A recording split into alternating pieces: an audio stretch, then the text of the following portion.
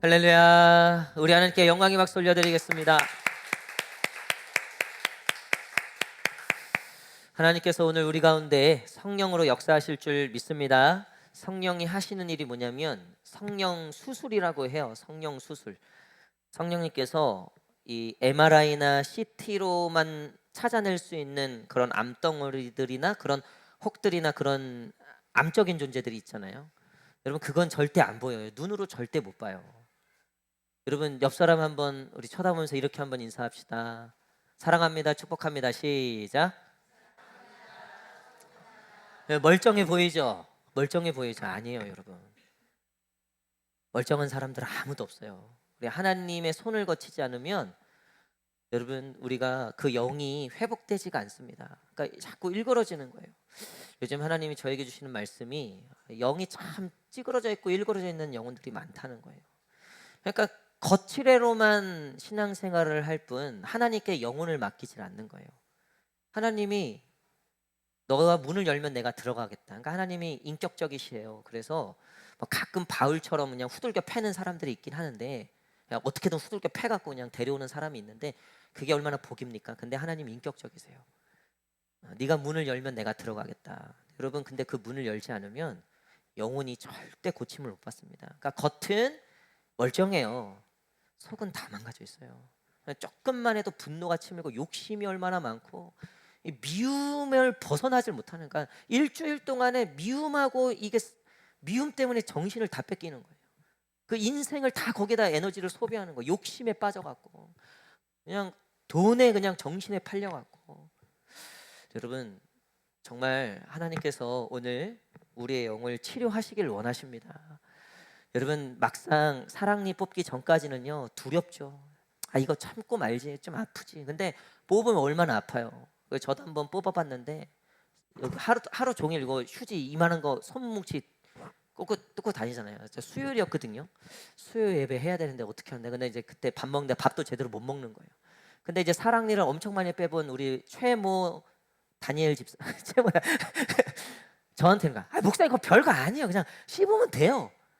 근데 진짜 씹으면 되더라고요, 보니까. 그래서 결국은 치아를 더 건강하게 하는 거죠. 여러분, 제가 보니까요 금유성령 집회는요 사랑니 뽑는 날이에요. 괴롭히는 거 다 고민인 거. 그러니까 늘 먹을 때마다 고민이고 뽑아야 되는데 뽑아야 돼. 이러고 사는 거. 뽑으면 행복한, 뽑으면 다 해결되는 거예요. 할렐루야. 여러분, 제가 보니까 금요성령 집회는요 그런 시간이에요. 그래서 다들 또 부담돼서 안 오는 건가 싶기도 하고. 금요성령 집회는 제가 가장 편하게 설교하고요 약간 좀 적나라하게 설교하는 날이기도 해요. 주일은 제가 조금 절제해요. 근데 이제 좀 금성은 뭐 기도하려고 모인 사람들인데, 그 사랑니 뽑으려고 모인 사람들, 암 있나 없나 그거 확인해 달라고 모인 시간인데, 그 대놓고 그 나 검사 좀 해주세요라고, 나 기도할게 고칠게요라고 한 시간이기 때문에 조금 더 제가 좀 적나라하게 또 심하게 있는 그대로 좀 얘기하는 시간입니다. 분위기 험악해졌습니다. 우리 앞뒤자고 한번 이렇게 인사하겠습니다. 생각보다 그래도 아프진 않습니다. 시작. 우리 한 번 더 뽑고 나면 정말 행복합니다. 시작. 아멘. 우리 하나님께도 한번 이렇게 고백하겠습니다. 마음에 두 손을 얹고 하나님, 주님 내게 복을 주소서. 시작. 주님 내게 복을. 우리 한 번 더, 주님 내게 은혜를 주소서. 시작. 아멘. 우리 오늘 말씀 보도록 하겠습니다. 느헤미야 5장 1절에서 13절까지 말씀입니다. 느헤미야 5장 1절에서 13절까지 말씀. 오늘은 우리 아동부, 내일부터 우리 아동부고 다음 주 월요일부터 우리 청소년부 수련회라 우리 요 두 부서를 위해서 오늘은 좀 기도하는 시간 갖도록 하겠습니다. 말씀을 짧게 보고 기도하도록 하겠습니다. 느헤미야 5장 1절에서 13절 저와 한 절씩 교독하도록 하겠습니다. 그때 백성들이 그들의 아내와 함께 크게 부르짖어 그들의 형제 유다 사람들을 원망하는데,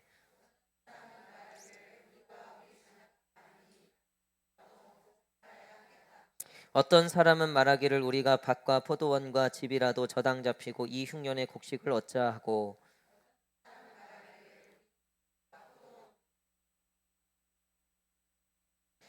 우리 육체도 우리 형제의 육체와 같고 우리 자녀도 그들의 자녀와 같거늘 이제 우리 자녀를 종으로 파는도다. 우리 딸 중에 벌써 종된 자가 있고 우리 밭과 포도원이 이미 남의 것이 되었으나 우리에게는 아무런 힘이 없도다 하더라.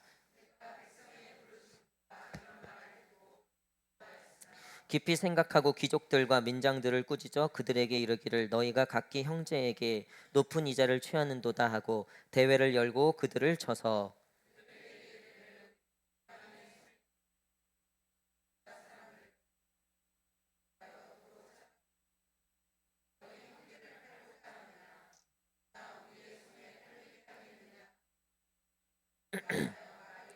내가 또 이르기를 너희의 소행이 좋지 못하도다. 우리의 대적 이방 사람의 비방을 생각하고 우리 하나님을 경외하는 가운데 행할 것이 아니냐.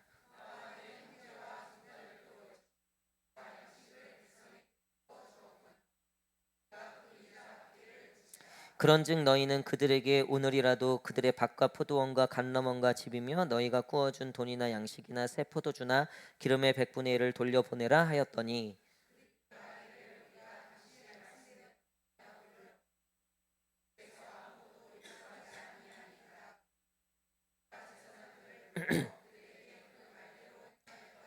다 함께 읽겠습니다. 내가 옷자락을 털며 이르기를 내 말대로 행하지 아니하는 자는 모두 하나님이 또한 이와 같이 그 집과 산업에서 털어 버리실지니 그는 곧 이렇게 털려서 빈손이 될지로다 하매 회중이 다 아멘하고 여호와를 찬송하고 백성들이 그 말한 대로 행하였느니라. 아멘. 예, 오늘 기준이 있는 삶, 기준이 있는 삶이라는 제목으로 같이 말씀 나누도록 하겠습니다. 여러분 리트머스 시험지 다 아시죠? 리트머스 시험지를 가지고 물에 이렇게 이 액체에 넣어보면 산성이면 이제 붉은색으로 바뀌고 염기성이면 푸른색으로 바뀌는 거. 아마 어렸을 때 실험들을 다 한 번씩 하셨을 거예요. 여러분 그 리트머스 시험지가 이거 산성이냐 염기성이냐를 구분하는 그 기준이 되는 거죠. 여러분 사람은 기준이 있을 때 성장하고 기준이 있을 때 삶이 정돈이 되는 법입니다. 세상이 왜 이렇게 어지러운가? 세상이 왜 이렇게 혼돈스럽고 세상이 정말 정의와 공의가 있는가라고 의심이 되는 건 결국 기준이 없고 또 기준이 있더라도 그 기준을 지키지 않기 때문에 그렇다는 거죠. 신호가 바로 그 기준이 되는 거죠. 빨간색이면 가는 거고 파란색이면 어떻게 해요? 건너는 거고. 근데 맞다. 파란색이 아니라 초록색이라고 저희 수아가 얘기하더라고. 아빠 잘 봐, 초록색이야. 뭐 보니까 초록색 맞더라고요. 근데 어쨌든 여러분 기준을 지키면 사고 나는 법은 없어요. 기준을 지키지 않기 때문에 그리고 때로는 기준이 없기 때문에 여기 요 3단지 저희 교회 바로 앞에 여기 사거리인 듯 사거리가 아닌 듯 요 거리 여기 옛날에 신호 체계가 되게 웃겼어요. 그래서 한편으로는 좀 편리하기도 했어요. 왜냐면 내 맘대로 가도 됐어요 막. 근데 지금 이제 기준이 생겼잖아요. 게다가 뭐까지 있어요? 야 무섭잖아요. 카메라까지 있어요. 그러니까요 웬만하면 사고 날 일이 없어요. 저 기준을 어겼을 때 이제 사고가 나겠죠. 여러분 남편은 아내를 사랑하면 되는 거고 결혼했으면 그 남자 그 여자만 바라보면 되는 거예요. 그게 약속이고 그게 기준인 거예요. 그렇죠? 여러분 그 기준을 벗어나면 파괴가 생기고 혼돈이 생기고 결국 죄가 들어오게 되어 있다는 거예요. 당시에 느헤미야가 무너진 예루살렘 이 유대에 가니까 웬걸요? 이 백성들이 나라를 뺏긴 건 또 모자라서 자기네들끼리 싸우고 앉아 있는 거예요. 이 돈이 있는 그래도 이제 나라를 뺏겼어도 그래도 좀 이제 부자는 뭐 재벌들은 3대까지 간다면 망해도 3대까지 된다면서요. 그러니까 지금 있는 자들과 없는 자들이 구별이 돼서 있는 자들이 어려울수록 베풀어야 됩니까? 어떻게 됩니까? 사실 그래야 되는데 그러진 않는 거예요. 오히려 가난한 사람들에게 돈을 구워주고 이자를 엄청 받는 거예요. 그러니까 이자를 갚을 수 없으니까 얘네들이 자신의 자식들을 어쩔 수 없이 종으로 팔고 자기에게 있는 땅도 넘길 수밖에 없는 거죠. 가난한 사람들은 계속 가난해졌고 부자들은 계속 부자가 됐다는 거예요.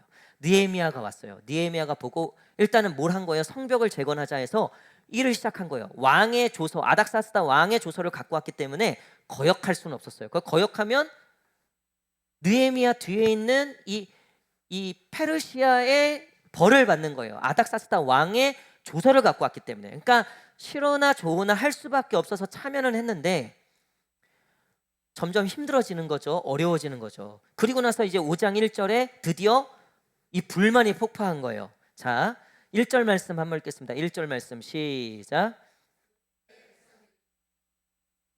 크게 부르짖어 그들의 형제의 유다 사람들을 원망하는데, 그러니까 원망했다는 거예요. 특별히 누구한테 지금 원망하고 있냐면 느헤미야에게 자신의 이 상황을 설명하는 거예요. 참다 뭐냐면 앞에서 말씀드렸던 해도 너무한 거 아니냐. 이방인들도 아니고 같은 민족끼리 지금 나라가 어려움이 생기고 지금 이 나라를 다시 살려보자 해서 다 동참했는데 여전히 고리대금 업자 놀이를 하고 있는 이 유대의 민족들, 특별히 귀족들과 이 민장들, 아니 느헤미야 어떻게 이럴 수 있냐, 이렇게 지금 원망하고 따져 묻는 거예요. 여러분, 느헤미야가 들어보니까 어때요? 아, 이거는 좀 잘못됐다라고 하는 거죠. 자, 6절 읽겠습니다. 6절 이게 느헤미야의 고백이에요. 6절 시작. 크게 노하였으나, 느헤미야가 들어보니까 이건 아니다 싶은 거예요. 왜냐하면 당시의 율법에는 고리 대금을 하지 못하게 되어 있어요. 그리고 희년이 되면 돌려주게 되어 있었다는 거예요. 전혀 이런 점들이 지켜주지 않았고, 게다가 고아와 가부의 계계는 어떻게 하라 그랬어요? 오히려 베풀라고 얘기했죠. 하나도 하나님이 정해주신 기준을 지키지 않고 있었다는 거예요. 그래서 느헤미야의 개혁이 시작되는 거예요. 근데 그 개혁은 하나님의 말씀으로 돌아가는 개혁이었죠. 이 뒤에 이제 7절 말씀 한번 읽겠습니다. 7절 시작. 깊이 생각하고 귀족들과 민장들을 꾸짖어 그들에게 이르기를 너희가 각기 형제에게 높은 이자를 취하는도다 하고 대회를 열고 그들을 쳐서. 자, 느헤미야가 먼저 귀족들과 민장들을 꾸짖었어요. 그러니까 가진 자들, 대리 저기 이자놀이 하던 사람들을 불러서 꾸짖었다는 거예요. 뭘 기준으로 꾸짖었을까요? 하나님의 말씀으로. 하나님의 말씀이 명분이 되고 기준이 되는 거죠. 여러분, 그리스도인이 그리스도인답지 못한 이유는 딱 한 가지예요. 기준이 없거나 기준대로 살지 않기 때문이에요. 다른 말로, 아니 더 원색적인 말로, 말씀을 아예 안 듣거나 아니면 말씀은 들었지만 말씀대로 살지 않았기 때문입니다. 여러분, 주변에 친구들이나 동료들이나 지인들을 한번 생각해 보세요. 기준이 없는 사람들이 있어요. 그런 사람들하고는 일 못해요. 관계 오래가기 힘들어요. 제 친구 중에 다혈질이 한 명 있는데, 이 중학교 고등학교 때부터 할 때 유명했어요, 이 인간이. 근데 등치는 좀 이랬어요. 그러니까 나름 좀 힘도 세고 그래요. 그러니까 이제 어렸을 때야 지가 이제 싸움 짱이고 뭐 좀 싸움 좀 하니까 그 승질 뭐 누가 뭐라고 하겠어요. 근데 얘가 기준이 없는 거예요. 이럴 때는 화내고 똑같은 일을 이럴 때는 너무 뭐 괜찮고 막 하여튼 지 마음이에요. 여러분, 지금 그 친구 어떨까요? 주변에 친구가 있을까요? 없어요, 여러분. 여러분, 우리가 주변을 생각해도요, 기준이 없어. 여러분, 남편에게 화나는 게 뭐예요? 기준이 없어, 이 인간이. 예를 들면 우리가 일하면서도 좀 불편하고 어려운 게 뭐예요? 기준이 없어요. 여러분, 일반 사회에서도요, 그 기준이 없는 사람들하고는 일하기 참 어렵고 관계하기 참 어려워요. 근데 나이스한 사람들, 저 사람과 같이 일하고 저 사람과 함께 있으면 나도 참 힘이 되고 유익이 된다 하고, 그런 사람들 거의 10중 8구 나름의 기준이 있는 사람들이에요. 그리고 그 기준을 어기지 않고 그 기준을 자신이 불이익을 보는 한이 있더라도 그 소신과 기준에 맞춰서 살려고 노력하는 사람들. 여러분, 특별히 그 기준이 선하고 그 기준이 정의와 공의에 맞닿아 있으면 그런 사람들이 세상을 바꾸는 거죠. 여러분, 돈이 기준인 사람들을 보세요. 여러분, 결국 그 사람들하고는 오래 못 갑니다. 나를 뭐로 평가하고 있는 거예요?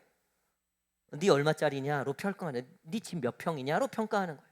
여러분들의 모임이 대다수 그런 모임들, 여러분들이 모이는 모임들의 대다수의 이야기들이 그런 기준들로 되어 있으면, 뭐 때로는 뭐 그게 돈 말고도 뭐 여러 가지가 있을 수 있겠죠. 여러분, 지금 느헤미야가 와서 이 백성들 하는 꼬락서리를 보니까 이게 죄다 기준들이 잘못되어 있는 거예요. 기준들이 다 흐트러져 있는 거예요. 여러분, 집이 교회에서 먼 거예요? 교회가 집에서 먼 거예요? 이거 제가 몇 번 말씀드렸죠. 서연아, 집이 먼 거예요? 교회가 먼 거예요?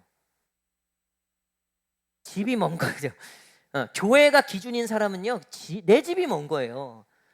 근데 내 집이 기준인 사람은 교회가 왜 이렇게 멀어 진짜. 엄마 교회 옮기자. 아, 나 가까운 데 가야지 진짜. 여러분 잘 생각해 보세요. 내가 어디의 기준인가가 내 모든 가치관을 형성하게 되어 있다고요. 여러분, 느헤미야는 지금 너희의 그 삶의 가치관과 너희 사회의 그 시스템이 지금 기준이 잘못됐다. 근본적인 개혁을 시작하는 게 이제 5장부터 이야기예요. 나중에 느헤미야가 엄청 막 화를 내요. 기준을 지키지 않은 자들에게, 즉 하나님의 말씀을 따르지 않는 자들. 여러분, 가정에서도요, 가장이 있고 부모가 있죠. 그 부모가 나름 자녀들에게 기준이라는 것을 준단 말이에요. 그렇죠? 그 기준이 조금 엄격할 수도 있고 조금 뭐 나이브할 수도 있어요. 그건 뭐 조금 케이스 바이 케이스는 있겠죠. 하지만 중요한 건 그 가문이 콩가루 가문이 되지 않기 위해서는요, 부모의 기준이 세워져야 돼요. 그리고 그 부모의 기준이 지켜져야 돼요. 여러분, 가끔 놀이공원이나 어디 이렇게 공공장소에 갔을 때 자녀들이 막 난리 피고 막 정말 막 기준이 없이 하는 그런 가정들, 그런 부모들을 보면 어떤 생각이 듭니까, 여러분? 참 가정교육이 참 좀 부끄럽지도 않나? 그러니까 그게 뭐냐면 결국 기준이 없다는 거예요. 기준이 없는 거예요. 그냥 자기가 좋을 때 내가 기쁘면 되는 거고 내가 좋으면 되는 거예요. 여러분, 신앙도 마찬가지예요. 내가 기쁘면은 기쁘면 막 새벽 예배도 나와. 새벽 예배도. 기쁘면 막 자기가 막 교회 맨날 살아. 자기가 좋으면. 근데 어느 날 목사님이 자기한테 조금 인사 안 한 것 같아. 옆에 있는 권사님한테 좀 더 친절하게 대한 것 같아. 똑같이 머리하고 왔는데 나한테는 머리 얘기 안 했어. 머리 했다는 얘기 안 했어. 괜히 자기가 기분 나쁜 거예요. 그럼 나도 교회 안 나가. 그럼 나도 봉사 안 해. 난 뭐 제대로 안 할래. 기준이 지금 누군 거예요? 전 거예요. 아니면 자기를 인정해 주느냐 안 해주냐. 여러분, 하나님이 기준이 되고 말씀이 기준이 되면 자신의 개인 감정은 좀 안 좋을 수 있어요. 조금 억울할 수도 있고 나쁠 수도 있어요. 그래도 하나님 말씀이니까 하는 거예요. 그게 하나님이 기준인 삶이에요. 느헤미야는 지금 이 백성이 이래서 망했구나라고 생각이 드는 거예요. 이거 근본부터 고쳐야 되겠다. 기준부터 다시 세워야 되겠다. 여러분, 자녀 교육은 뭔 줄 아세요? 기준을 세워주는 거예요. 확실한 기준을 세워주는 게 자녀 교육이에요. 자녀에 대해서 딴 건 일단 둘째 쳐다로 너의 첫 번째 기준은 하나님이야 라고 세워주는 게 성경학교예요. 그게 수련회고 그게 다음 세대 교육이라는 거예요. 그러니까 얘네들도 헷갈리는 거예요. 언제는 엄마가 신앙 얘기했는데 한 고1, 고2, 고3 돼가니까 기준이 바뀐 거야. 공부야 다. 대입이에요. 다 그걸로 바뀌었어. 얘가 나중에 이제 지도 할 말 생기고 힘 좀 생기면 엄마한테 이제 그거는 씨알이도 안 막히는 거, 엄마 얘기가. 왜? 엄마도 기준이 없는 사람이거든요. 자기한테는. 이 엄마는 이럴 땐 저렇고 저 엄마는 저럴 때 저러고. 여러분, 교회도 마찬가지예요. 우리도 마찬가지입니다. 여러분, 우리가 아이들에게 그 기준을 세워주고 그 기준을 가르쳐야 되는 거예요. 저도 결국 여러분들에게 기준을 세워드리고 기준을 얘기하는 거죠. 그게 하나님의 말씀, 하나님의 법이 되어야 한다는 겁니다. 지금 이 총체적 난국인 이 이스라엘을 다시 세우기 위해서 느헤미야가 제일 먼저 한 것은 바로 기준을 세우는 거였어요. 자, 우리 9절, 10절 한번 읽겠습니다. 9절, 10절. 9절, 10절 시작. 내가 또 이르기를 너희의 소행이 좋지 못하도다. 우리의 대적 이방 사람의 비방을 생각하고 우리의 하나님을 경외하는 가운데 행할 것이 아니냐. 나와 내 형제와 종자들도 역시 돈과 양식을 백성에게 꾸어 주었거니와 우리가 그 이자 받기를 그치자. 아멘. 다시 이자 받기를 그치자. 즉 하나님께서 말씀하신 대로 우리가 가자. 여러분, 주일 성수가 여러분들 삶의 기준이 되시기를 간절히 축복합니다. 내년에 어떤 한 청년이 저한테 지금 돈을 모으고 있는데 1월에 여행을 갈 계획을 하고 있다는 거예요. 구체적으로 일본을 갈 계획을 하고 있다고 얘기하더라고요. 수련회 때. 그래서 제가 이렇게 얘기했어요. 주일 빠지지 마라 라고 얘기했어요. 여러분, 근데 그 부모가 얘기할 수 있어야 돼요. 특별히 믿음의 부모는 당연히 자녀에게 그 기준을 세워주셔야 돼요. 여러분, 다 컸어도요, 세워주셔야 돼요. 그리고 결혼하고 이제 떠나잖아요, 여러분. 이제 부모의 손도 더 이상 어떻게 할 수가 없어요. 여러분, 또 축복하는 것은 여러분 기도의 기준이 세워지기를 간절히 축복합니다. 여러분 한번 생각해 보세요. 내 삶에 기도의 기준이 있는가? 식기도? 식기도는 기준이 세워져 있을 거라 믿습니다. 할렐루야. 설마 식기도도 안 하시진 않겠죠? 그런데 그거 왜? 내 인생에 기도의 기준이라는 게 있습니까? 제가 보니까 요즘에 저희가 자동차를 이제 구매를 했잖아요. 그거 이제 할부를 카드로 이제 할부를 하는 거잖아요. 그 카드 대출을 캐피탈로 해갖고. 저는 신용카드를 한 번도 써본 적이 없는데 이제 제가 대표기 때문에 제 거 개인으로 그 롯데카드를 만들어서 그것도 할인도 많이 해주고 뭐 그걸로 이제 그걸 해갖고 이제 할부를 하는 거예요. 근데 그게 보니까요, 그 기준이 있더라고요. 그러니까 한도도 있고 보니까 그 대출하는 거 한도도 있고 또 어느 일정 기간 동안에 그게 그 이자나 뭐 이게 그 갚아지지 않으면 그 기준을 넘어서면 뭐 경고가 오고 뭐 차압도 뭐 빨간 딱지가 날라올 수도 있고 막 이런 것들이 설명서가 쫙 있더라고요. 그리고 제가 이제 우리 교회 그 이제 대출 관련해서 이제 보증 섰던 분들 다 뺐어요. 이제 그 제도가 없어져서. 그러더니 그 은행에서 대표자는 서야 됩니다. 그래 그 얘기하더라고요. 그래서 저보고 그걸 쓰라는 거예요. 당연히 내가 대표니까 그거 알겠습니다 하고 그걸 하는데 그 계약을 그거 사인하는데 옆에서 되게 무서운 얘기를 하는 거예요. 2달이라도 이자가 밀리게 되면 대표자의 집에 뭐가 뭐 이런 얘기를 하는데 어이 무서운 건데 저는 이 집도 제 게 아닌데요. 이게 제 게 없는데요. 어쨌든 얘기는 했어요. 그럼 뭐 이 명의에 따른 대표자기 때문에 뭐 그 사택에도 차압이 들어올 수 있고 뭐 여기 교회 건물에도 뭐 이런 설명 그 사람은 의무고지니까 한 거죠. 세상 기준이 얼마나 무서운 줄 알아요, 여러분? 여러분들 그 기준 안 벗어나려고 좀 열심히 사시는 거잖아요. 그 기준에 들려고, 그 기준에 내가 차려고. 그거 넘겼다가 큰일 나니까. 이스라엘 백성들이 지금 그게 나 무너진 거예요. 신앙의 기준이 다 사라진 거예요. 마음껏 미워요. 마음껏 미워하고 살아요, 그냥. 얘는 무시해도 돼. 그리고 그냥 무시하고 살아요. 일말에 이제는 어떤 것도 없어요. 조금의 하나님의 기준에 양심조차도 이제 없어요. 다 자기가 기준이에요. 내가 하고 싶은 대로 해요. 내가 그냥 기분 좋으면 하는 거고 기분 별로면 안 하는 거. 연말 되면 이제 또 뭐 교사를 하니 안 하니. 여러분 근데 우리 교역자들 사이에서는 이런 게 있어요. 연말쯤 돼서 그러니까 보통은 이제 여름 사역 지나고 한 9월, 10월쯤에 이제 내년 준비를 하면서 그때 이제 교사 모집이나 또 내년 이제 교사 유무나 이제 그런 것들을 물어보는데 여름 사역 동안에 은혜를 받았다 인양반이 그러면 거의 할 가능성이 커요. 근데 뭐 약간 인양반이 조금 뭐 기분 상한 일이 있었고 뭐 약간 이랬다.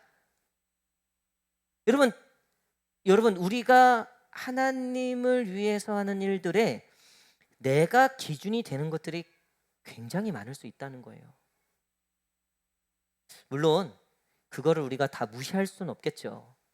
그럼에도 불구하고 여러분 우리의 기준이 하나님의 부르심과 하나님의 말씀으로 회복되어야 한다는 거예요. 오늘 느헤미야는 백성들에게 야 이제 이자 받지 말자. 이게 하나님이 원하시는 거다. 여러분 저는 여러분들에게 이렇게 말씀드리고 싶습니다. 여러분 예배와 기도와 말씀을 기준 삼으시기를 간절히 축복합니다. 그것들을 회복하시기를 축복합니다. 여러분 그 기준을 향해서 힘을 다하셔야 돼요. 저도 100km로 달리고 있다가 50km 달리라고 뜨면 달리고 싶어도 멈춰야죠. 여러분 무한대로 그냥 내 마음대로 살고 싶은 마음 알아요. 근데 하나님이 30km 불 켜시면 30km로 달리셔야 돼요. 하나님이 너 이제 와야 되겠다 싶으면 빨리 오셔야 됩니다. 그거 무시하고 달렸다가 나중에 다 청구되는 거예요. 저희 그 사택 앞에 그 사돈 저희 저기 장인어른 댁 그러니까 처갓집까지 가는 그 길목이 차로 한 5분 정도 거리인데요. 그 짧은 구간에 이 인간들이 30km 구간을 2개씩이나 만들어 놓은 거예요. 옛날에는 밟으면 2, 3분이면 갔어요. 근데 30km 구간을 2개씩이나 만들어 놓으니까 여러분 어떻게 해요? 거의 기어다녀요. 그 짧은 구간에 2개씩이나 있어요. 근데 사모가 그 30km가 생겼는데 급하니까 밟았던 것 같아요. 급하니까. 저 성격 급하지 않은 양반이 어쨌든 밟았어요. 이게 나중에 2-3개가 막 날라오는 거예요. 깜짝 놀랐죠. 근데 다행히 계도 기간이었어요. 그게 이제 생기고 나면 3달 동안은 계도 기간이더라고요. 여러분 청구되는 거예요. 그때는 몰라요. 그냥 내가 내 기분대로 달렸죠. 근데 그때는 몰라요. 여러분 나중에 30대 돼서 청구되는 거예요. 우리 청년들 30대 때 막 살면 기준 없이 살면 40대 때 청구되는 거예요. 내 마음대로 살면 나중에 50대 60대 때 청구되는 거예요. 그때 가서 그거 메꿀고 그거 하려니까 얼마나 어렵습니까? 다시 돌이킬 수도 없고. 말씀의 결론을 맺도록 하겠습니다. 여러분 교회 교육 또 우리의 신앙은 무엇인가 기준을 세워주고 기준대로 사는 연습 그리고 그 기준을 지키는 겁니다. 우리나라 도산 안창호 선생님이 계시잖아요. 그 안창호 선생님이 미국에 유학을 가셨었잖아요. 근데 미국에 유학을 갔는데 그 뉴욕의 한복판에서 미국인들이 막 몰려 있는 거예요. 그럼 막 왁자지껄 웃으면서 막 흥겨워하는 거예요. 뭔 일인가 가보니까 조선 사람 2명이 머리 붙잡고 싸우고 있는 거예요. 네 밥그릇 내 밥그릇 때문에 싸우고 있는 거예요. 그걸 구경하는 미국인들이 웃고 있었던 거고요. 이 도산 안창호 선생님이 나라의 독립과 이 부국 강병을 위해서 그 큰 뜻을 품고 유학을 간 이 안창호 선생님이 그 모습을 보고 한탄을 하는 거예요. 나라 잃은 서름도 있고 이 이영만리 어려운 곳까지 끌려와 갖고 그 밥톨 몇 개 때문에 서로 원수처럼 싸우고 있는 이 동포들을 보면서 다짐을 한 거예요. 내가 이 백성들에게 기준을 세워줘야 되겠다. 그 다음부터 아침 일찍 일어나서 한국인들 조선인들이 모여 사는 그 동네를 청소하기 시작했다는 거예요. 그리고 어려운 사람들을 도와주고 법률적인 문제들을 도와주고 그리고 시시비비가 있을 때는 이 도산 안창호 선생님이 가서 화합을 해주고 중재를 해주고 또 이 미국인들과의 어려움들이 있을 때 보상해주고 배상해주고 그것들을 처리해줘 왔다는 거예요. 그렇게 하루 이틀 3일 그리고 조선인들은 우리 사람들은 이런 사람들이고 우리의 민족의 정기가 이렇고 우리는 이런 민족이 되어야 된다는 것을 강연하기 시작했다는 거예요.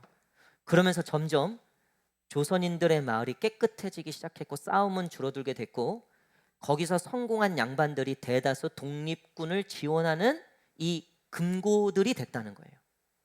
근데 그 당시에 그 과정을 봤던 미국의 그때 당시에 이제 지금으로 치면 국회의원이에요. 그 미국 사람의 기록이 있어요.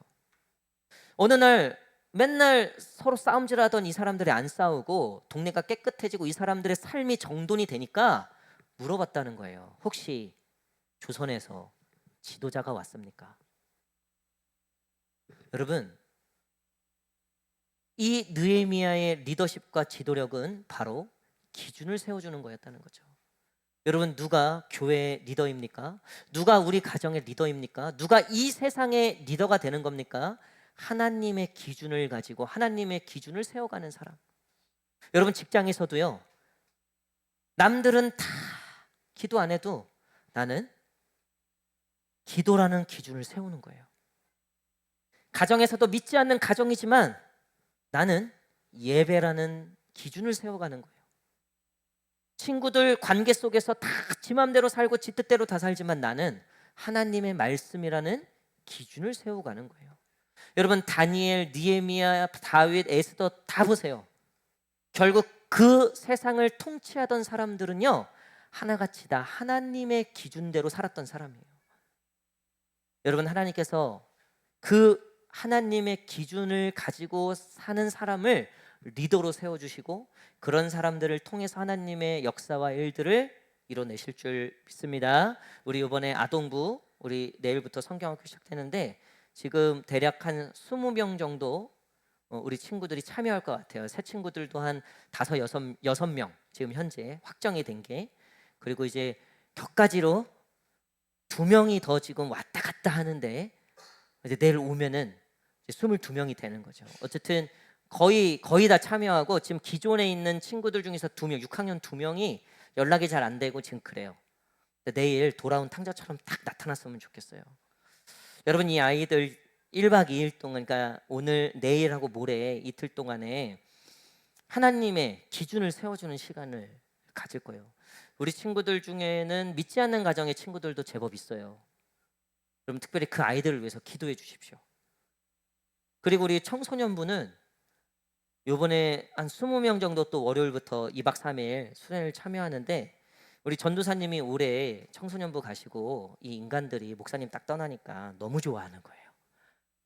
우리 윤서가 여기 와 있네요. 윤서는 저를 좋아해요. 그러니까 전사님 오셔갖고 애들이 이제 너무 막 좋아하고 안 나왔던 애들이 막 나오기 시작하는 거예요. 그래서 지금 요번에 보니까 거의 다 가요. 거의 다가 아니라 진짜 다 간다고 보시면 돼요. 근데 이제 처음에 예상했을 때보다 인원이 지금 너무 많아져갖고 이 외부의 캠프인데 물가가 많이 올라갔고 이 회비가 거의 10만 원 가까이 하는 거예요. 근데 또 믿지 않는 가정의 아이들도 있고 그 아이들한테 이걸 다 내라고 하기도 뭐하고, 그래서 교회에서 한 60% 지원을 해주기로 했어요, 회비를. 그러다 보니까 근데 인원이 많아지다 보니까 파이가 좀 커진 거예요. 여러분, 혹시 다음 세대 사역을 위해서 찬조하시려고 마음을 먹으셨던 분이나 이 얘기를 듣고 찬조해야 되겠다는 나다라고 싶으신 분들은 우리 청소년부 좀 찬조 좀 많이 해주세요.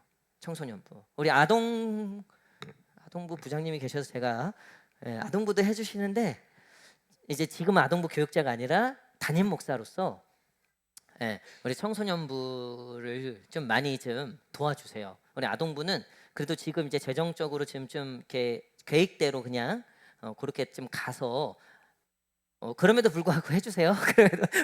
부장님이 계셔서 되게 이게 곤란하네요. 근데 청소년부를 위해서 특별히 좀 더 좀 마음을 좀 가져주시면 감사하겠습니다. 저희가 앞에 유아유치부 청년부 할 때까지 제가 이 얘기 특별히 찬조 좀 해달라고 이런 얘기 진짜 안 했어요, 이번에는. 근데 우리 청소년부는 여러분 얼마나 이게 좋은 겁니까? 아이들이 많이 가서 문제가 되는 건 없어요. 어려울 뿐이죠. 그냥 애들이 워낙 먹으니까. 제가 저번 주에 여기 앞에 교회에 교사헌신 예배 갔다 왔잖아요. 거기 앞에 무슨 부서 며칠 있는데 청소년부가 없는 거예요. 그래서 제가 물어봤어요. 없대요, 청소년 부서가. 코로나 이후에 청소년 부서가 아예 없대요. 지금 청소년들이 없대요. 여러분, 근데 우리는 지금 많이 가서 걱정인 거죠. 할렐루야. 할렐루야. 우리 청년부 28명 갔다고 이 주변에 목사님들 지금 난리 났어요. 여기 앞에 중문교회라고, 여기는 그 침례교회예요. 여기 목사님이 우리 교회를 왔다니까요. 저랑 친한 목사님인데 자료 좀 달라고, 어떻게 하냐고. 그래서 쌀국수 먹이라 그랬어요. 쌀국수 먹이고 애들 쌀국수 먹이면 된다. 그래서 제가 우리 청년들한테 얘기했어요. 어느덧 우리 교회가 주변 교회를 놀래키는 교회가 됐다고. 여러분, 많이 가서 문제되는 건 기쁘고 감사한 일이죠. 없어서 문제죠. 여러분, 이거 진짜 우리가 이번에 우리 그 청소년부 정말 우리가 좀 많이 도와줘서 우리 아이들 뭐 저녁에 야식 먹는데요. 근데 저도 이거 외부 사역 가봐서 하는데 그때가 교회 경쟁이에요.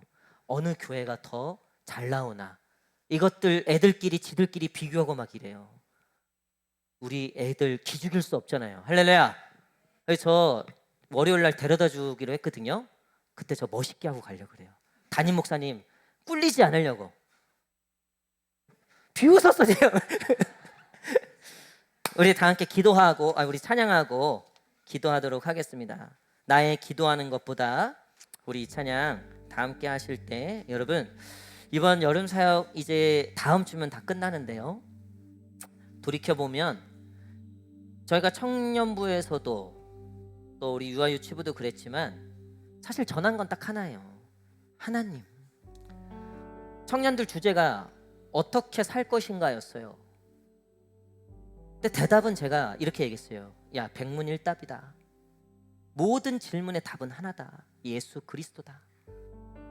방법론의 문제가 아니다. 예수님을 위해서 살면 모든 길은 다 통하게 돼 있다. 여러분, 우리 아동부 청소년부 우리 20명의 친구와 또 20명의 우리 청소년부 우리 학생들과 선생님들 이번 여름 사역 통해서 정말 우리가 기도한 것보다 더 크게 역사하시고 또 이번 여름 사역을 통해서 우리 다시 한번 우리 교회 다음 세대에 놀라운 부흥이 있게 해주시라고 우리 교회의 정말 미래가 든든하게 세워져 갈 수 있도록 우리 그렇게 우리 기도하는 마음으로 우리 찬양하시고 우리 기도하도록 하겠습니다.